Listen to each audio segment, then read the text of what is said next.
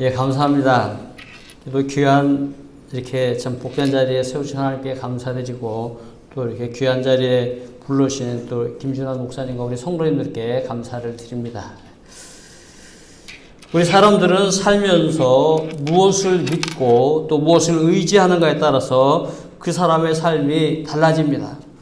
사람은 믿고 의지하는 대상을 닮아가기 때문에 믿고 의지하는 대상은 대단히 중요합니다. 환경에 상관없이 소망이 전혀 없어 보이는 그런 때에도 예수님을 믿고 의지한 사람들은 참된 구원자이신 예수님을 믿고 의지했기 때문에 승리를 했습니다. 예수님을 믿고 의지할 때 승리한다, 반드시 승리한다는 것을 깨달은 사람은 복된 삶을 살아갑니다. 오늘 올라오신 우리 모든 분들은 구원자 예수님을 믿고 의지하는 복된 믿음의 용사들이 다 되시기를 예수의 이름으로 축복합니다. 오늘 말씀은 이제 요셉의 이야기입니다. 요셉이 그때 나이가 110년을 살았습니다. 110년을 살아온 요셉이 임종전에 신앙을 고백한 말씀이 바로 24절, 25절 말씀인데요. 우리가 함께 읽도록 하겠습니다. 요셉이 그의 형제들에게 이르되 나는 죽을 것이나 하나님이 당신들을 돌보시고 당신들을 이 땅에서 인도하여 내사 아브라함과 이삭과 야곱에게 맹세하신 땅에 이르게 하시리라 하고 요셉이 또 이스라엘 자손에게 맹세시켜 이르기를 하나님이 반드시 당신들을 돌보시리니 당신들은 여기서 내 해골을 메고 올라가겠다 하라 하였더라. 요셉이 말하는 거예요. 나는 이제 죽을 것이지만 이제 하나님께서는 여러분들을 돌봐주시는데 이 애굽 땅에서 인도하여 내서 우리 증조 할아버지 아브라함 또 할아버지 이삭 뿐만 아니라 아버지 야곱에게 맹세한 땅, 그 가나안 땅, 그 땅을 하나님께서 이제 여러분들이 들어가도록 그렇게 해주실 것인데 그때 나는 지금 죽으니까 그때 가서 이제 그때가 왔을 때 내 죽은 이 몸은 장사 지냈다가 그 뼈라도 이렇게 가나안 땅으로 꼭 메고 가겠다 이렇게 해달라고 이렇게 했습니다. 그래서 이제 그 맹세를 시켰는데 임종전에 이렇게 요셉이 유언한 것 이렇게 어떻게 하나님 말씀이 이루어질 것을 유언했을까?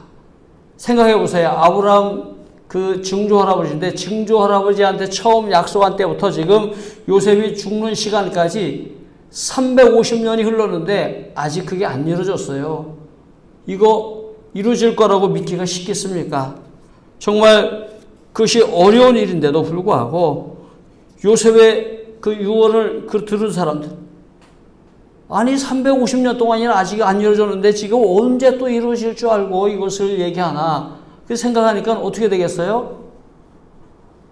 대답이 시원찮겠죠. 아 무슨 또 뼈를 또 메고 올라가라고 이게 무슨 장난하나 뭐 이런 생각이 들 수도 있잖아요. 그러니까 맹세를 잘 하지 않으니까 이제 단단히 이렇게 맹세를 시켜서 반드시 해골을 메고 올라가겠다고 약속을 하라고 한 거죠. 뭐 하여튼 언젠지는 모르지만 하나님이 이렇게 가나안 땅으로 들어가게 해주시는 날이 있으니까 그날에 내 해골을 만약에 메고 올라가야지 그냥 이렇게 안 메고 올라가면은 너도 내 자손도 다 이렇게 망하는 거다. 이런 하여튼 꼭 지킬 수밖에 없는 그런 약속을 할 수밖에 없도록 그렇게 했기 때문에 이제 그렇게 이제 약속을 한 것인데요.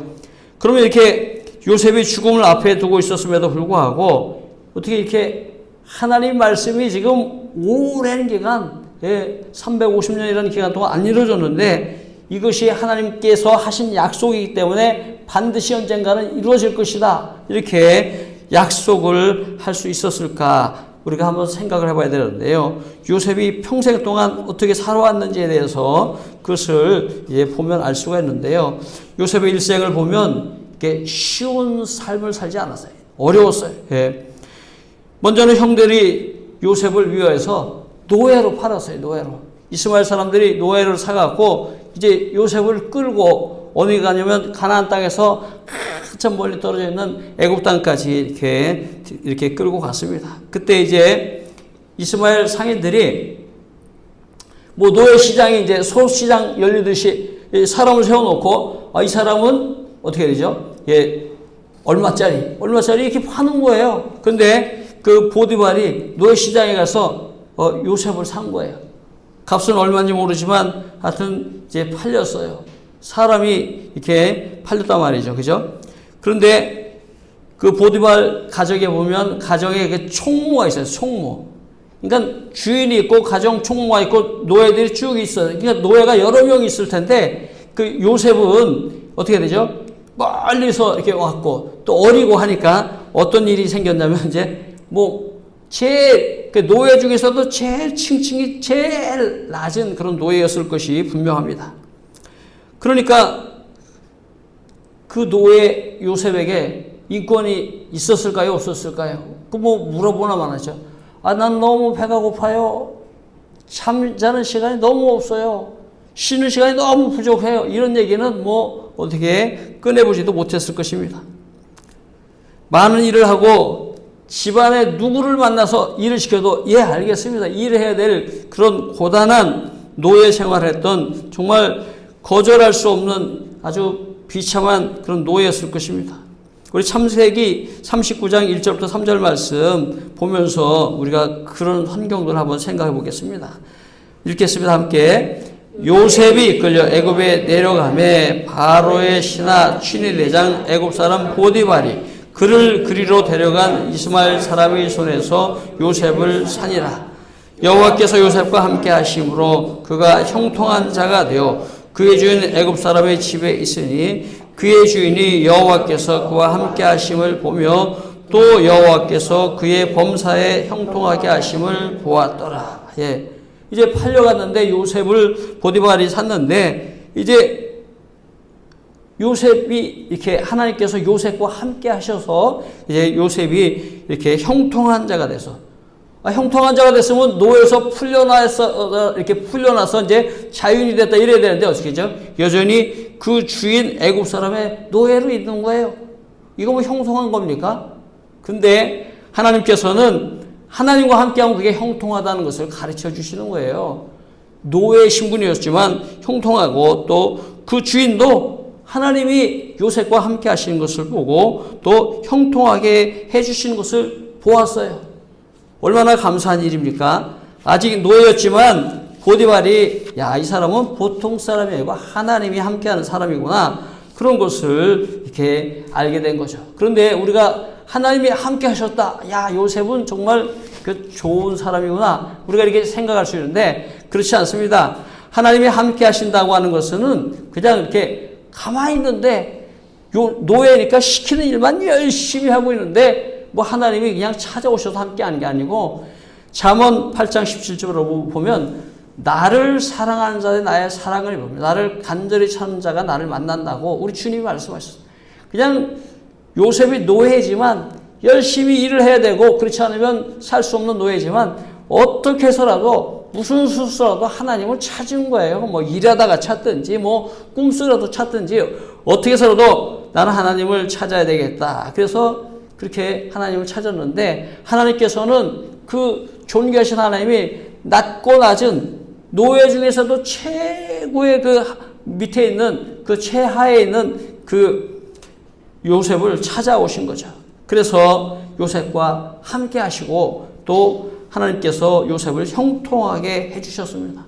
그런 면에서 우리들이 하나님과 함께하면 그게 형통한 건데 내가 하나님을 찾아야 되는구나. 내가 하나님을 찾지 않아서 하나님이 안 찾아오신 거구나. 요셉처럼 어떻게 살아도 내가 찾아봐야 되겠다. 그런데 제가 이렇게 걸리는 말이 있어요. 제가 호산나에서 실버 사역하면서도 혼자 사시는 분들이 많은데 마태복음 18장은 두세 사람이라도 예수 이름 모인 곳에는 찾아오신다는 거예요. 오늘처럼 예배 드리면 여러 사람이 있으니까 다 찾아오시는데 오늘날 1인 가정이 많은데 어떻게 됐어요? 한 사람이 찾으면 이게 찾아오신다는 얘기가 성경에 없어요. 그러니까 참 답답했었는데 이 요셉을 보니까 그때 당시 애굽 땅에 사람이 많이 있어도 하나님을 아는 사람은 요셉 딱 한 사람이었어요. 근데 그 최하층인 그 요셉이 나하고 하나님을 함께 찾읍시다.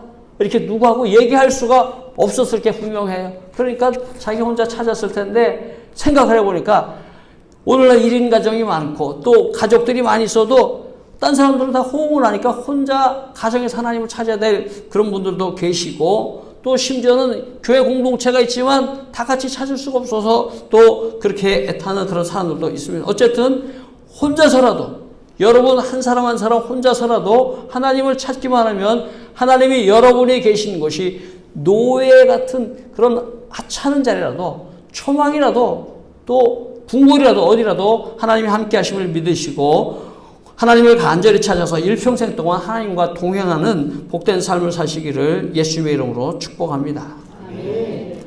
요셉이 이제 간절히 하나님을 찾으니까 하나님이 찾아오시고 함께 해주시고 형통하게 해주니까 보디발이 친위대장인데 얼마나 똑똑하겠어요. 야, 요셉 네가 우리 집에서 가정 총무를 해야 우리 집이 다 이게 복을 받겠다. 이게 너무 분명해. 그러니까 가정 총무 오늘부터는 요셉이 가정 총무다. 이렇게 가정 총무를 세운 거예요. 그래서 이제 이제 뭐 최하로 있다가 이제 가정 총무가 됐으니까 주인들 바로 밑에잖아요. 그러니까 얼마나 좋습니까? 이게 잘 됐는데 문제가 생겼어요. 왜냐하면 보디발의 아내가 자꾸 동침하자고 유혹을 하는 거죠.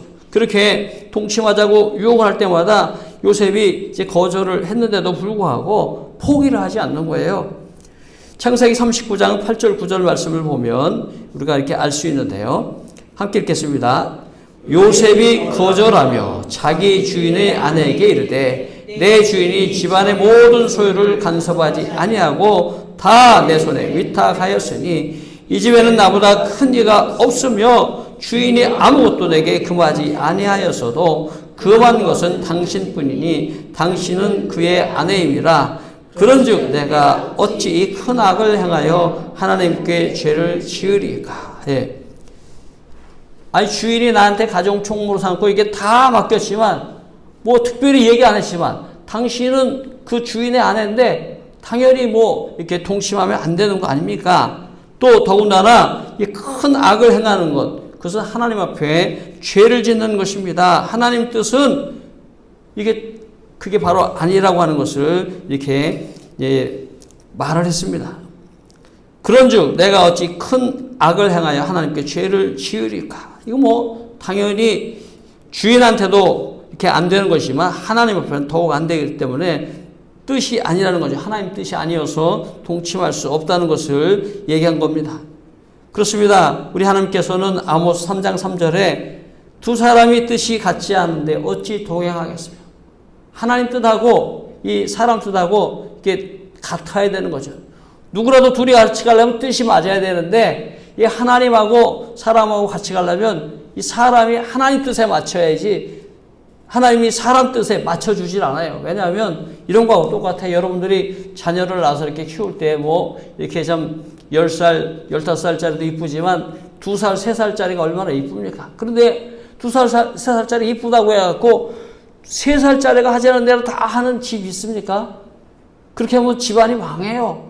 그렇기 때문에 안 되죠. 마찬가지로 하나님도 이제 자녀 삼아주셨는데 이 자녀 뜻대로 하면 어떤 길은 사람이 보기에 바르나 필경은 사망의 길인데 사망의 길로 가는 사람 뜻에 맞춰줄 수 없기 때문에 하나님께서 항상 하나님 뜻에 우리들을 보고 맞추라고 하는 거예요. 하나님이 살려주시려고 하는 거죠. 그래서 우리들은 이제 요셉처럼 하나님 뜻에 맞춰야 돼요. 간절히 찾을 뿐만 아니라 하나님 뜻에 맞게 살아야 돼요. 우리가 만약에 그냥 하나님 뜻에 상관없이 그냥 이 복권 샀으니까 당첨되게 해달라고 막 하나님 뜻하고 상관없는 게 분명할 것 같은데도 자꾸 그렇게 하면 그것이 이루어지지 않는다고 하는 것을 우리가 알아야 됩니다. 오늘 나오신 모든 분들은 하나님과 뜻을 항상 같이 하셔서 항상 하나님과 함께 하시기를 바랍니다.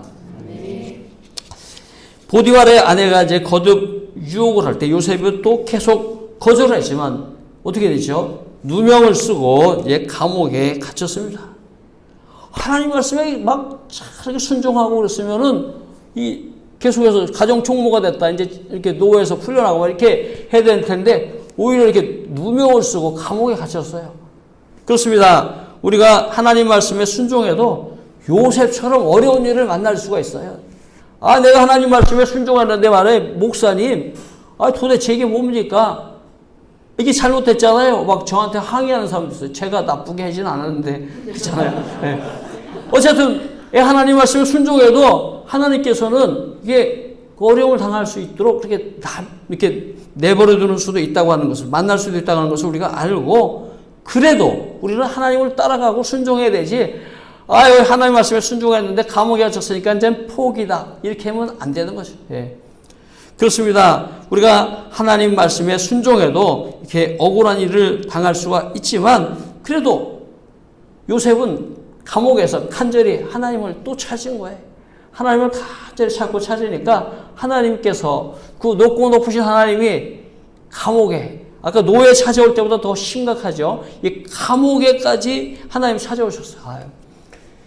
요새 감옥도 있잖아요. 열악하거든요. 그런데 그때 당시 감옥은 토굴, 그래갖고 앞에만 딱 막으면 뒤로는 도망갈 수도 없는 토굴에, 그럼 거기 습기 차고 얼마나 안 좋겠습니까? 그런 감옥에 하나님이 찾아가셨어요. 예. 요셉을 만나기 위해서. 요셉이 그곳에서 하나님을 찾으니까, 그렇죠? 그런 거 생각하면 우리가 정말 이렇게 그 매우 어려운 환경에서도 하나님을 이렇게 찾고 순종한다는 것은 너무나 귀한 일이고, 그 창세기 39장 그 21절 보면 거기서도 하나님께서 함께 하시고 요셉에게 형통하게 해주셨는데, 감옥에서 나왔더라, 그게 아니라 그냥 감옥에서 계속 살고 있는 거예요. 그러니까 이게 형통하다는 건 하나님이 함께 하시는 게 형통한 거지, 이제 뭐 그 환경이 갑자기 뒤집어지는 게 아니구나 하는 것을 우리가 알 수 있겠는데요. 어쨌든 하나님께서는 그 감옥에서 정말 끝까지 순종하고 하나님을 찾는 요셉을 결국에는 이제 하나님께서 높여주셨는데요. 이 감옥에 있던 요셉을 어느 날 이렇게 나오라고 그래갖고 목욕시켜주고 옷 입혀주고 새 옷 입혀주고 왕 앞에 이제 데려왔어요. 근데 왕 앞에 데려왔는데 왕이 꿈꾼 얘기를 하니까는 애굽 사람 중에서 똑똑하다는 사람 다 불렀는데 그 해석을 못하는데 요셉이 해석을 아주 정말 이렇게 하나님 뜻에 합당하게 해석을 했어요. 그래갖고 이제 그 꿈 얘기는 7년 동안 아주 대풍년이 올 텐데 그때 이제 곡식을 이렇게 잘 저장해야 됩니다. 왜냐하면 그 꿈이 7년 후에는 또 대흉년이 오는데 그때는 그 곡식을 거두기가 힘들 테니까 그 풍년 동안 잘 거둬서 저장해야 이렇게 흉년을 감당할 수 있으니까 아주 똑똑한 사람, 정말 좋은 사람 이렇게 세워서 관리하라고 바로왕한테 꿈 해몽을 해준 거예요. 그러니까는 바로왕이 딴 데 찾을 거 없이 네가 하면 되지 않냐. 그래서 요셉을 너는 오늘부터 국무총리야. 이렇게 해서 이제 그 국무총리가 돼서 요셉이 갑자기 감옥에 있는데 그날 나오자마자 국무총리가 된 거예요. 이런 일이 정말 이렇게 하나님이나 하시지 누가 하겠어요. 그죠? 그래서 이제 당대 그 최강대국이 애굽이었는데 애굽의 국무총리가 되었습니다. 하나님께서 역사하셔서 그렇게 국무총리가 됐는데 사실 요셉을 있잖아요. 이렇게 노예로 팔려와서 감옥살이 한 거밖에 없는데 국무총리가 됐으면 뭐 사람이 어떻게 돼야 국무총리 역할을 할 거 아니겠습니까? 그런데 그때도 하나님을 간절히 찾아왔고 정말 하나님 지혜를 받아서 국무총리로서 이제 7년 동안 전국에 이게 정말 창고를 짓고 곡식을 저장하고 그 썩지 않도록 또 잘 관리하고 이런 일들을 잘 했습니다.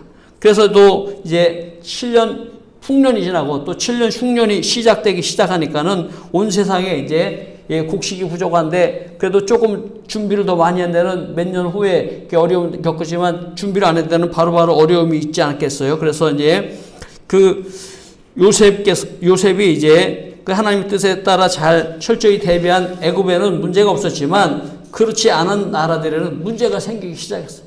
이 양식이 부족한데 애굽에는 있다. 이 소문이 도르니까 이제 애굽의 사람들이 양식을 사러 갑니다. 그런데 요셉이 그때마다 이렇게 국무총리를 만나서 이렇게 그 결제를 해주고 그 증서를 받아야 창고에 가서 곡식을 살 수 있는 거죠. 그런 식으로 해서 결국에는 이제 국무총리를 만나러 가야 되는 거죠. 근데 야곱을 살던 가나안 땅에도 흉년이 들으니까 이제 곡식이 없으니까 곡식을 사러 가야 되는데 그 아들 10명을 보내지 않았겠습니까? 그래서 이제 국무총리 만나러 가야 되니까 애굽의 국무총리를 만나러 갔어요. 요셉의 형 10명이. 근데 형들은 모르지만 요셉은 보니까 야, 이 나쁜 놈들 나를 죽이려고 했고 노예로 팔아먹은 이 놈들이 왔네. 이거 단번에 알았어요. 그죠? 아예 요셉이 국무총리였을 때도 하나님을 간절히 찾았으니까 그 형들한테 원수를 안 갚았지. 만약에 하나님 안 찾았으면 형들한테 원수 갚았을 거예요. 누가 그 참겠습니까? 자기를 죽이려고 노예를 팔아고 생고생을 그렇게 아주 많이 시켰는데, 그렇게 요셉은 하나님 뜻이 이 형들한테 원수를 갚는 게 아니다 하는 것을 알고 원수를 갚지 않았지. 요셉이 그냥 천성이 원래 착해갖고 원수를 안 갚고 그런 게 아니에요. 우리가 그런 것을 알아야 되겠는데, 어쨌든 모진 고생을 하게 만들었던 그 형들을 용서하고 원수를 얼마든지 갚을 수 있었음에도 불구하고 원수를 갚지 않았습니다. 뿐만 아니라 그 형들은 이제 아버지 야곱이 죽으니까 야, 요셉이 여태까지는 효도하느라고 아버지 때문에 우리 이렇게 원수 갚지 않았지만 이제 아버지 안 계시니까 요셉이 막 원수 갚을 거다. 그래갖고 아버지가 유언했는데 우리한테 이렇게 잘해라고 그랬다. 사이좋게 지내라고 그랬다. 막 이런 식으로 얘기하니까 요셉이 그 속을 다 뻔히 알고 내가 원수 갚지 않을 거니까 걱정하지 말라고. 그런 얘기가 바로 창세기 50장 19절부터 21절까지 말씀인데요. 뭐라고 했는지 요셉의 얘기를 한번 우리 함께 읽겠습니다.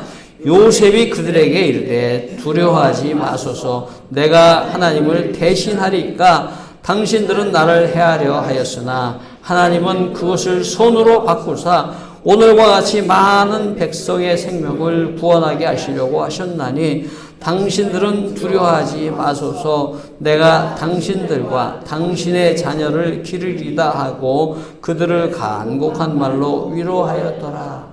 형들이 벌벌 떠르니까 간곡한 말로 위로하면서 절대로 그런 일 없을 것까지 너무 이렇게 무서워하지 말고 맘 놓고 살으라고 그렇게 했다고 하는 것입니다. 그렇습니다. 하나님을 간절히 찾는 사람, 하나님의 은혜를 받은 사람은 용서하는데 인색하지가 않아요. 그런데 하나님의 은혜가 잘 안 느껴지면 말이야, 세상에 말이야, 그래도 그렇지 막 이래갖고 용서가 안 돼갖고 이 속에 이렇게 막 그 쉽게 얘기하면 좀 칼을 품고 사는 것 같아. 막 이게 이 속에 칼이 있으니까 얼마 자기가 먼저 괴로워서 고생하죠, 그죠? 네, 그런데 요셉은 하나님의 뜻을 분명히 알고 있었기 때문에 용서하고 평안을 누렸는데, 오늘 오신 우리 모든 성도님들은 다른 사람의 잘못을 용서하고 사랑하셔서 하나님 주시는 생명과 평안을 누리시기를 예수님의 이름으로 축복합니다.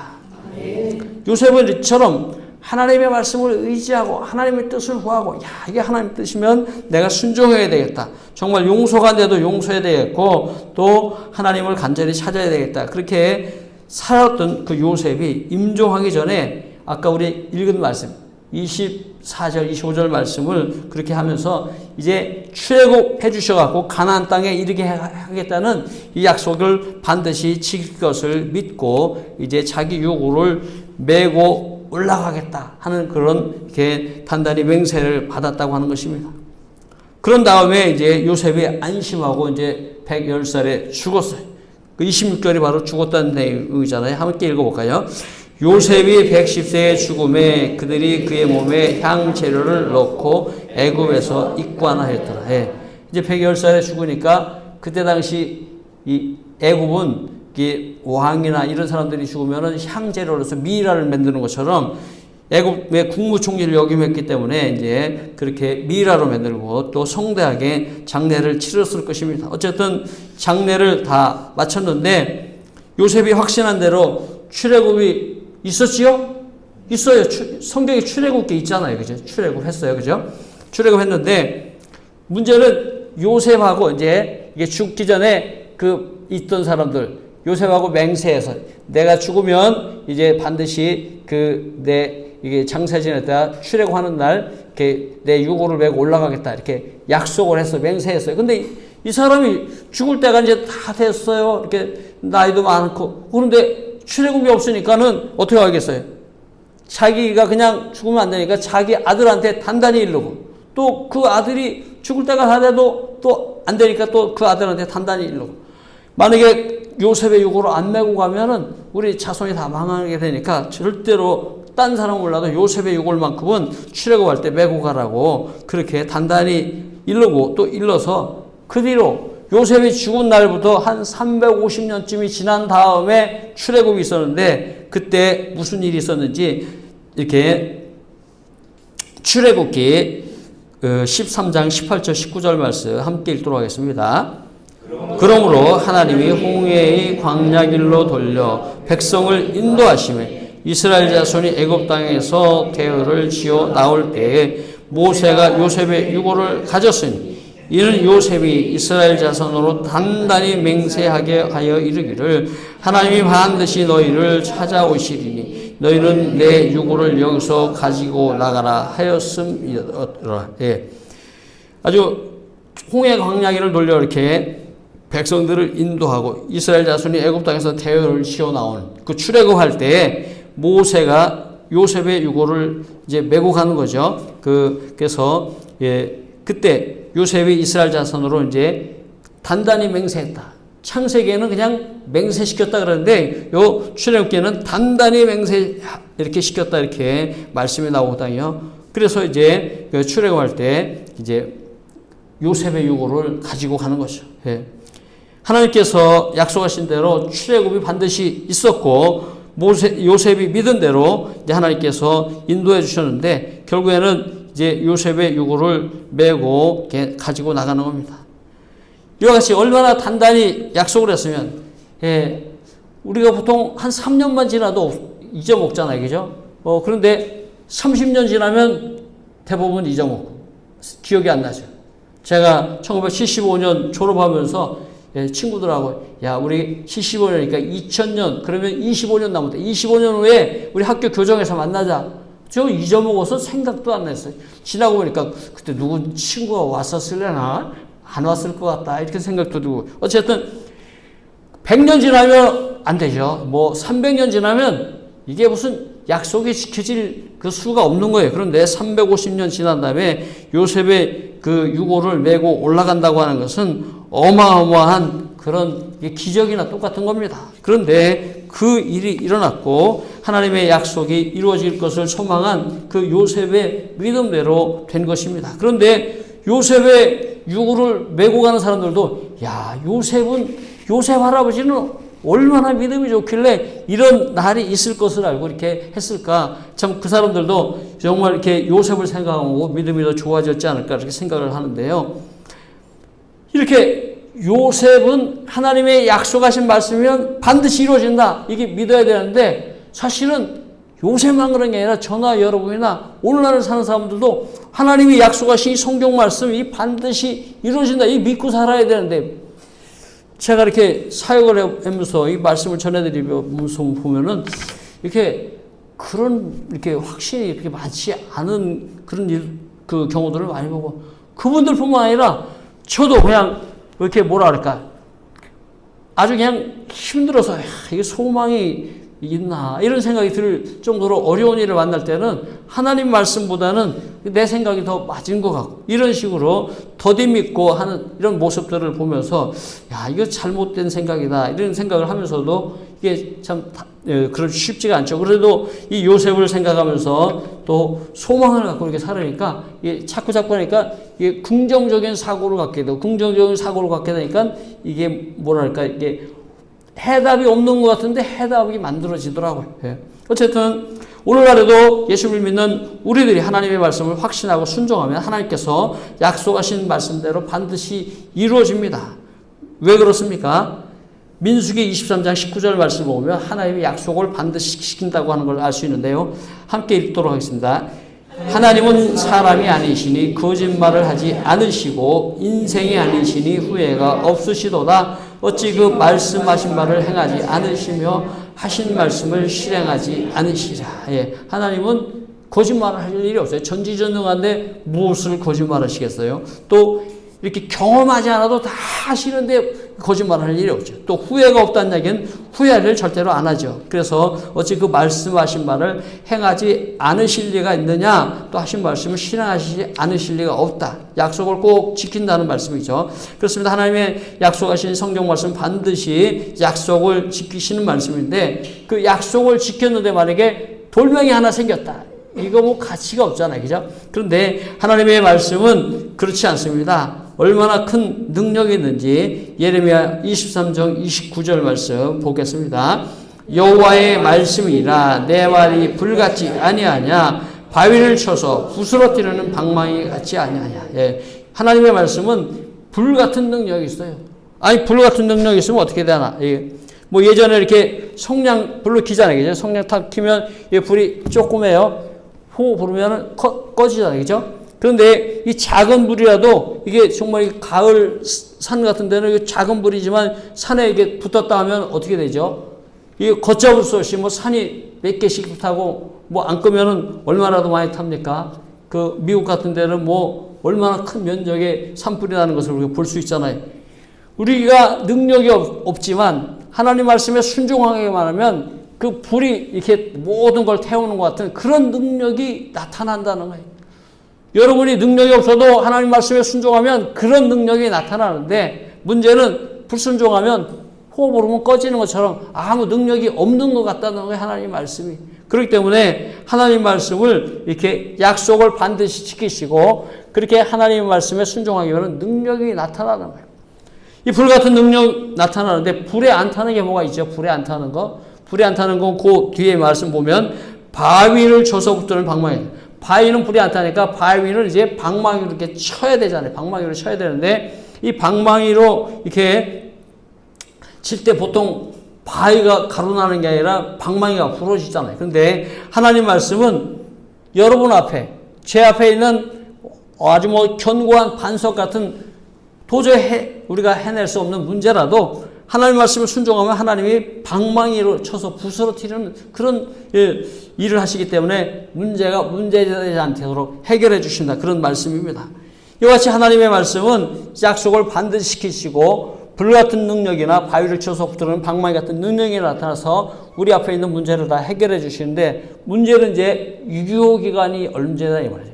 아무리 좋아도 유효기간 지나면은 어떻게 해볼 수가 없어요. 그죠? 예. 아무리 맛있는 음식이 있어도 유효기간 지나면은 버리더라고요. 주부들이. 마찬가지로 이렇게 하나님 말씀이 유효기간이 있어야, 그럼 언제까지인지 마가복음 13장 31절 말씀을 보면 알 수가 있는데요. 함께 있습니다. 천지는 없어지겠으나 내 말은 없어지지 않으리라. 예, 천지가 없어지는 날이 와요. 우리가 이 사는 이 지구가 없어지는 날이 오는데 이 천체가 다 없어지는 날이 오는데 이 세상이 없어지는 날은 예수님 재림하시는 날 없어져요. 그렇지만 하나님 말씀은 우리 예수님 말씀은 영영토록 이렇게 유효한 말씀. 왜냐하면 하나님이 예수님이 영원토록 계시기 때문에 성령님이 영원토록 계시기 때문에 유효기간이 영원한 말씀.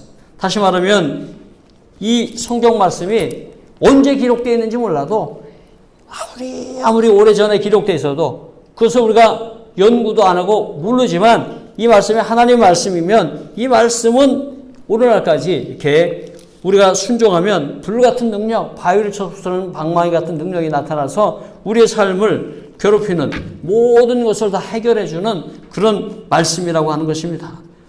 요셉이 이 말씀을 확신하고 그 어려운 가운데서도 끝까지 말씀을 지켰고 또 국무총리가 돼서 너무너무 높은 자리에 가 있었지만 그때도 하나님이 나를 도와주셔야 살 수 있다고 거기서도 겸손하게 하나님 말씀을 듣고 형들에게 원수를 갚지 않았습니다.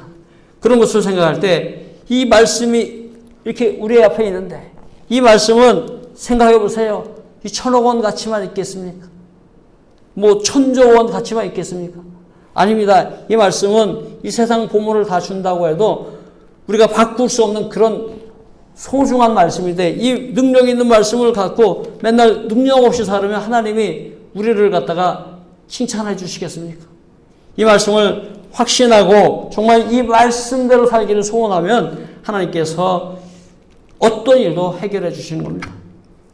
오늘날도 우리가 감당하기 어려운 일들을 많이 만나고 또 그렇게 하지만 하나님 말씀에 순종하고 확신하고 따라가기만 하면 하나님 말씀이 반드시 이루어지는데 그 시간이 우리는 당장에 이루어지면 좋겠지만 그 시간은 모르지만 언젠가는 요셉이 생각했던 것처럼 언젠가는 이루어진다는 것을 꼭 믿으시기를 예수님의 이름으로 축복합니다.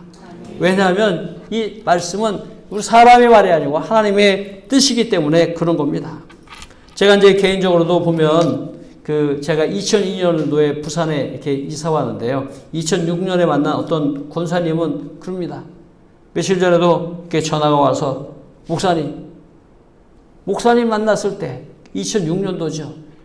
우리 남편 정말 예수님 믿을 어떻게 눈꼽만치도 예수님 믿을 소망이 없던 그 사람이 목사님 요새 예배 출석 잘하고요. 70도 넘은 그분이 교회 가서 훈련 열심히 참석하고 있습니다. 아유 어떻게 된지 모르겠어요. 하여튼 하나님이 다 권사님 기도하셨잖아요. 믿고 그러니까 된 거 아닙니까? 또 아들 2명도 있는데 그 아들 2명도 그 아버지 닮아갖고 도대체 엄마가 아무리 기도해도 말을 안 듣는 거죠. 그런데 목사님 이번 여름 수련회 우리가 이제 저 어디 가서 2박 3일 이렇게 하는데 그 작은 아들 보고 너 엄마하고 수련회 지금 같이 갈래? 그러니까 애들 데리고 같이 가겠다고 그랬다는 거죠. 예.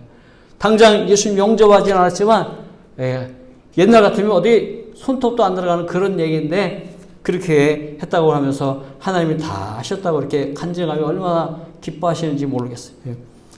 그렇죠. 하나님 뜻이면 그게 다 이루어지는 거예요. 그런데 그때 당시는 2006년 당시는 당장 이루어졌으면 좋겠지만 당장 이루어지지 않았지만 그 뜻을 계속 포기하지 않고 갔더니 그 일이 이루어졌다 이 말이죠. 오늘날 이렇게 개인적으로도 하나님 말씀에 순종하면 그런 일이 이루어지지만 공동체적으로도 또 이루어집니다. 저는 이제 합신을 1997년도에 입학했어요. 그래서 99년에 이제 3학년인데 지금 합신 총장이신 정창균 그 교수님을 이제 98년부터 이렇게 설교학을 배웠어요. 그래갖고 이제 우리가 설교학을 배우면서 친구 이렇게 그 동기 12명이 이제 정창균 총장님한테 찾아가서 우리 지금 이제 3학년 되고 또 계속 설교를 해야 되는데 우리 지금 설교 너무 못해요.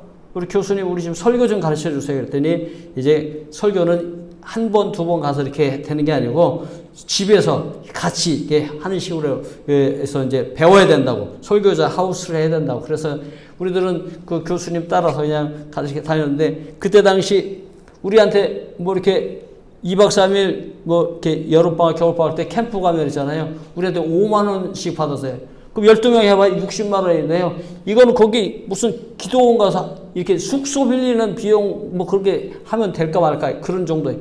그래갖고 이제 정창희 총장님이 큰 교회 목사님들한테 100만 원씩 뭐 100만 원씩 이렇게 많이 빌려다가 이렇게 뭐 이렇게 찬조를 받아갖고 우리를 먹여주고 재워주고 가르쳐주고 이거 다 그렇게 하셨어요.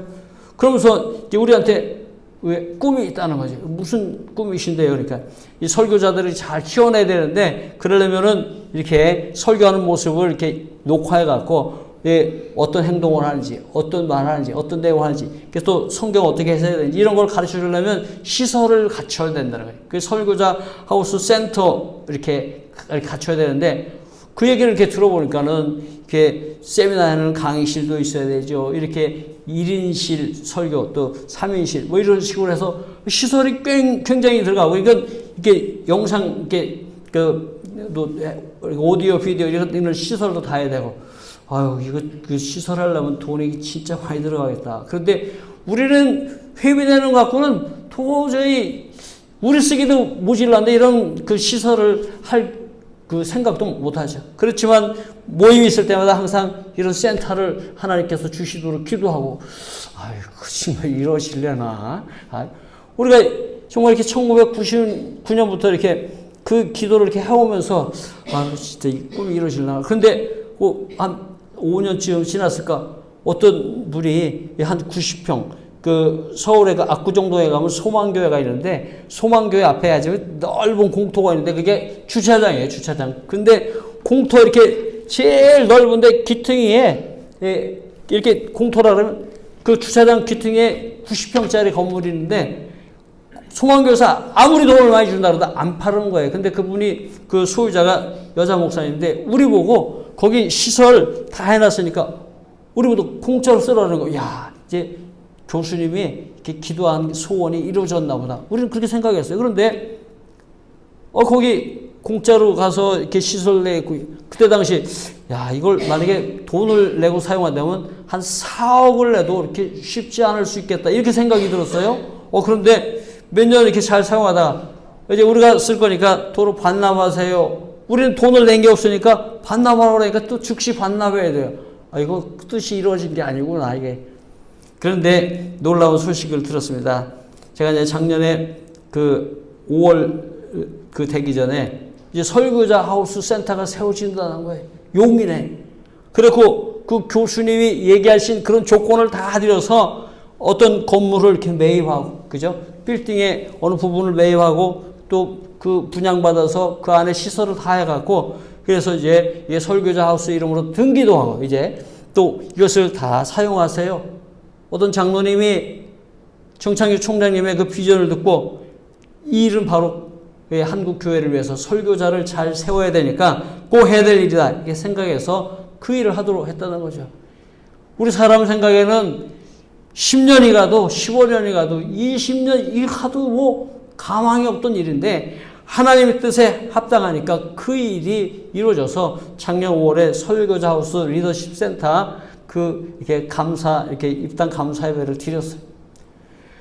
마찬가지입니다. 오늘날 이렇게 부르심 교회가 이렇게 지금 하나님 은혜 가운데 이곳에서 시작을 하게 되는데 너무 감사한 일 아닙니까? 우리가 지금 빈약한데 연약한데 그게 아니라 우리가 연약한 건 큰 문제가 아니고 하나님 뜻에 순종하기만 하면 능력 많으신 하나님, 불같은 능력, 바위를 쳐서부터는 방망이 같은 능력으로 역사하시는 전지전능하신 하나님이 도와주셔서 부르신 교회도 하나님 뜻에 합당하게 가기만 하면 그 다음은 하나님이 세워주실 것 믿으시길 바랍니다. 아멘. 우리 약한데, 우리 약한 거 아무 문제 아니라니까요. 우리 약한 거라면 우리가 99년에 그 시작할 때 그때부터 지금까지 뭐 우리가 그 찬조받지 않고 그냥 이렇게 세미나를 하고 배우고 그런 적이 없어요. 다 그냥 찬조받아서 그죠? 예. 그렇게 했었는데도 불구하고 하나님께서 하시니까 그 일이 된 거예요. 예. 그러면서 우리가 총장님한테 배운 말씀 중에 하나님은 이게 머릿속으로 이렇게 바둑 둘 때 수가 많다고 그러잖아요. 그죠? 하나님 수는 이게 그런 정도 수가 아니라 온 세상 만물을 만드신 수기 때문에 너무너무 수가 많고 또 손도 이렇게 사람 손 같은 게 아니라 어마어마하게 커서 필요할 때는 언제라도 하나님이 채워주시는 거예요. 제가 필요한 게 아니라 하나님이 필요하시면 저에게도 언제라도 채워주실 그 하나님이시다. 이런 것을 제가 이렇게 항상 생각하고 있는 거죠. 예. 그래서 부르심 교회도 하나님 은혜 가운데 정말 그런 비전을 갖고 계시면은 그 비전이 우리가 약하지만 하나님 뜻이 합당하면 요셉이 믿고 확신했던 것처럼 그렇게 하면 하나님이 이렇게 출애굽하셨던 것처럼 우리들이 하는 그 일에도 하나님 반드시 역사하신다고 믿으시고 정말 이렇게 하나님의 은혜 가운데 요셉처럼 순종하고 하나님의 뜻을 따라 살기로 결단하는 복된 믿음의 용사들이 다 되셔서 요셉이 비록 이렇게 정말 유고를 메고 가니까 이 세상에서 자기는 못 봤지만 천국에서 얼마나 기뻐하고 좋아했겠습니까? 그죠?